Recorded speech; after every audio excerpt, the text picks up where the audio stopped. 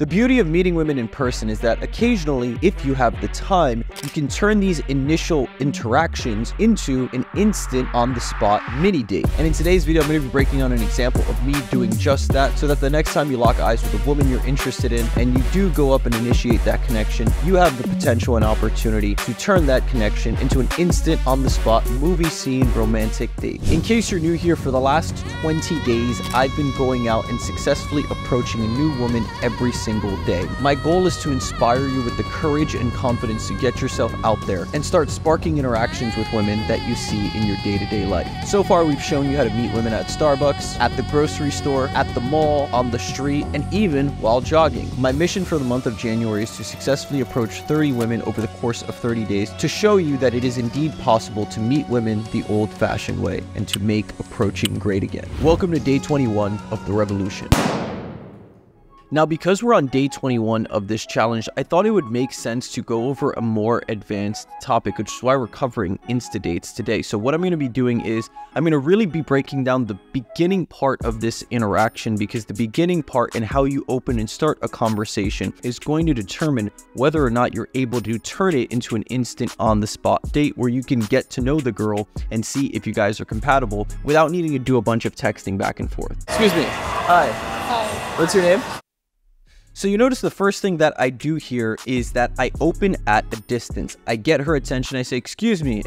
I wait to get her attention. I wait till we make eye contact. And that is when I deliver my opening line. And I do it at a distance. You'll notice when I say, excuse me, initially, excuse me, hi, I'm at least a solid 4 or 5 feet away. Now, I'm about to share with you a very simple secret that is going to make you have a lot more success in your in-person interactions. And it's not what you think. It's not some advanced magical technique that you need to go out and practice. It is a mindset and perspective shift. And that mindset is that you need to be empathetic. What that means is you want to put yourself in the girl's shoes. Is the way that you are opening the conversation, is the way that you are carrying the conversation, are these the same things that you would want done to you if you were a woman walking on the street and a stranger was coming up to start talking to you? Another way to put this is, if you have a sister, is this the way you would want a man to approach your sister on the street? Would you want him to do something that's going to make her feel uncomfortable? Would you want him to do something that's overly aggressive? Would you want him to do something that's going to put her off? The reason we want to empathize with the girl's situation is because it's going to allow us to do the socially smart and calibrated thing. It's going to allow us to read the room, to read her body language, and to understand if she's comfortable and she wants to proceed, or if she's not and she's going to quickly end up rejecting you. If you want to have better relationships with women and better social interactions, period, you want to think about how you can turn these interactions into a win-win scenario. So, for example, when I do deliver my opening line, yes, I'm at a distance. Yes, I'm trying to get her attention first before I deliver my line. Because if I just go up to her and say, hey, I thought you were cute, I wanted to say hi, before I get her attention, she's probably not going to hear the opening line. That 1 or 2 split second where she's hearing me say, excuse me, we're making eye contact, and she's preparing herself for an interaction with a stranger, that gets lost and the opener gets lost, and then we're starting off on the wrong foot. We're going to have her startled and taken aback,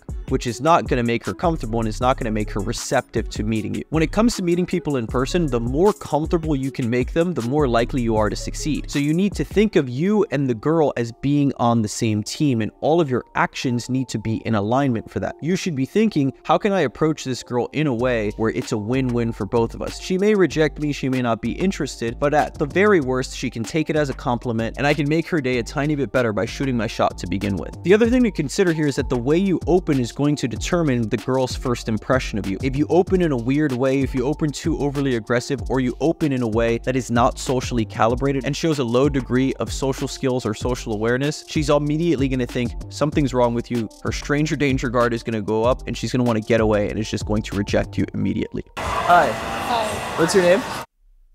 Nice to meet you. Where are you from? So typically, if you approach a girl and she's walking, you have two options. You can either stop, and you stopping is going to communicate your intent to stop her and yourself and to start and initiate the conversation. Sometimes they may just keep walking because they're not bought in yet. Sometimes they may give you the time of day depending on their mood and depending really on the girl and how well and how smooth you opened. The second option is to keep walking a little bit and keep pace with her. Now, you notice when I did keep pace with her, I was at a comfortable distance. I was reading her body language, and I introduced myself by extending my hand and going for the handshake, I am sub-communicating that I'm initiating a conversation. And you'll notice as soon as I stick my hand out to shake her hand, that is when she stops, and she's choosing to participate in this interaction, which is why we both stopped. I was in for a whole month this summer. Yeah? How did you like it? I loved it. I'm going back this summer again. Yes? Oh, that's pretty good. One of my favorite cities. Yeah, mine. I've never been I'm gonna go You this should summer visit. too. You'll notice I still am keeping my distance from her. I'm not getting too close because, again, we are strangers. We did just meet. You don't want to make the girl feel uncomfortable, because if she feels uncomfortable, you are a stranger. Her investment level is very, very low. She's not really going to stick around and take any risk with somebody that she just met. Yeah, I hear it's nicer than... Yeah, I mean, people are nice. Yeah. Much nicer than... Yeah, I would recommend. Yeah, you look... That's actually kind of Yes. I was like, she looked... You're dressed very nicely. Most Americans don't dress as nice. Yes, I don't know. I mean, I've never been to Miami before, so... So if you look at her body language, her legs are crossed and she's standing in place. So you'll notice that she is feeling a little bit more comfortable, and her body language is communicating that she's subtly committed to the interaction. Otherwise, she wouldn't be in a position where she can easily walk away. I've been to New York before as well. I'm from New York, yeah. Yeah? Oh. I'm here for the month. I'm looking to move here and get a second place. So I'm here kind of traveling, figuring it out. Now, in these first few seconds of the interaction, because I already got her to stop, and I know she's at least somewhat interested and committed to the conversation based on her body language, I don't need to do anything over the top. I don't need to do anything super gimmicky or super try hard to keep her attention. Simply me reading her body language like a normal human being shows me, okay, she's giving me a little bit of time of day. Let me just show her that I'm normal and have a little bit of normal small talk with her, get to know her a little bit, because this process is really just an opportunity for her to see, okay, this guy's normal, he's not weird. I can feel at ease because I know he's not a weirdo. He's able to read my body language and understand me. The way you interpret social cues, the way you interpret body language, and the way you interpret yourself and how you act based on how you think she's going to interpret you, a stranger approaching her on the street, because being a woman is very vulnerable, that is going to determine your success rate with women in your in-person interactions. I'm trying to find a shop. So the audio is kind of cutting in and out a little bit here. So I had asked her what she was doing, and she told me that she was looking for a smoke shop to buy a vape. Actually, to buy a vape. That's bad. You know, it's right. Everyone is smoking. You guys smoke those vapes where you put the cigarette in and it burns? Yeah, there's like IQOS or something like that. But I've actually stopped smoking cigarettes. What are you doing here in Miami? Are you just visiting? Actually, I'm with my dad. He has like a conference here, and he took me with him. I'm really grateful for. So based on her body language and the fact that she was asking me some questions and starting to invest in the conversation, I started to sense that it may be possible to turn this interaction into a perhaps 15 or 20-minute coffee date. So I start asking her some questions that are going to let me know about her logistics. What is she up to? How long is she here for? Etc. So this way I can see what her plans are and if that would make sense and be in alignment with her plans. For that, because I wasn't expecting him to take me with me, but I'm really happy that he did that. Because it's freezing at the moment, so yeah, this weather is like very refreshing. It's snowing in New York at the moment too, yeah. So I'm very glad I'm here for the month. So you're just exploring while your dad's at work? Yeah. What have you done so far? I was studying, actually. Really? Yeah, because I want to study medicine, and so I need to study quite a lot. Oh, well, you're smart and you're well dressed, so you have a lot going for you. Thank you. Looks good, yeah. So you notice what I did there is I communicated a little bit of intent. We've had some normal, pretty standard small talk at this point, so I do give her a little bit of a compliment based on what she had said, and I kind of give her a suggestive look, just so that there's a little bit of that man-to-woman romantic intent communicated here, and she gets the understanding and the hint that that is the reason for my interaction. You'll notice you don't have to be super overt. Simply your body language, the way you make eye contact, your presence, and the vibe that you bring into the interaction can communicate a lot of romantic intent for you, but it also makes sense verbally to include it in there when it makes sense and it fits in naturally. Cool. Well, I don't know where I'm headed actually this other way, but I don't know if there's any shops over that way. You would probably look up like a... I have no Wi-Fi here. Let me see. I can go somewhere like your way.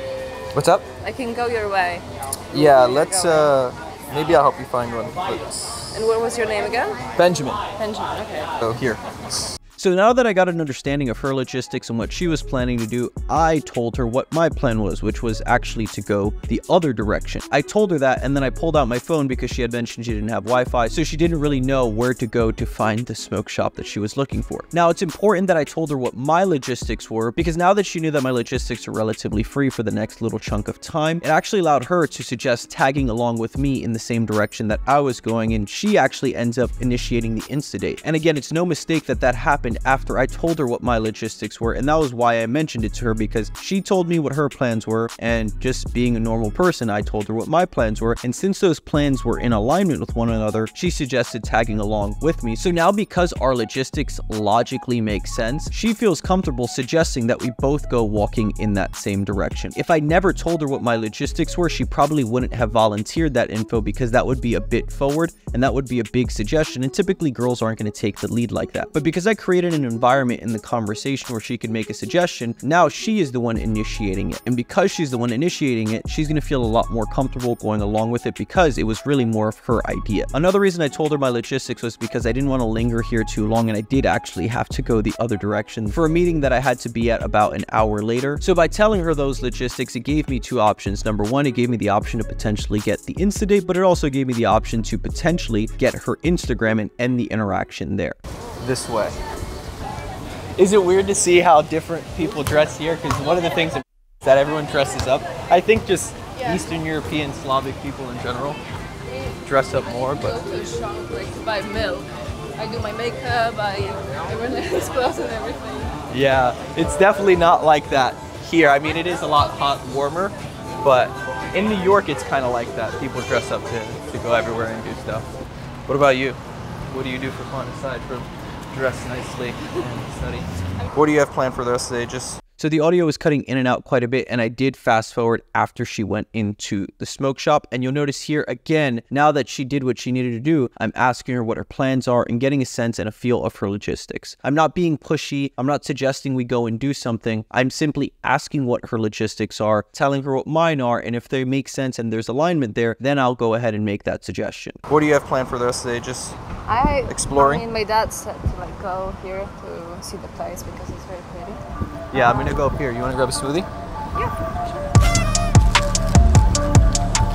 So now that the initial plan took place, I'm not being overly assumptive and assuming she's just going to come with me. I simply do a temperature check. I ask her what her plans are and her logistics are. She explains it to me, and you notice I take a couple steps up here and she follows along with me. So given her logistics make sense and she starts following my lead as I start walking, I thought it made sense to just simply suggest the Insta date, as it made sense for both of us and she seemed very receptive.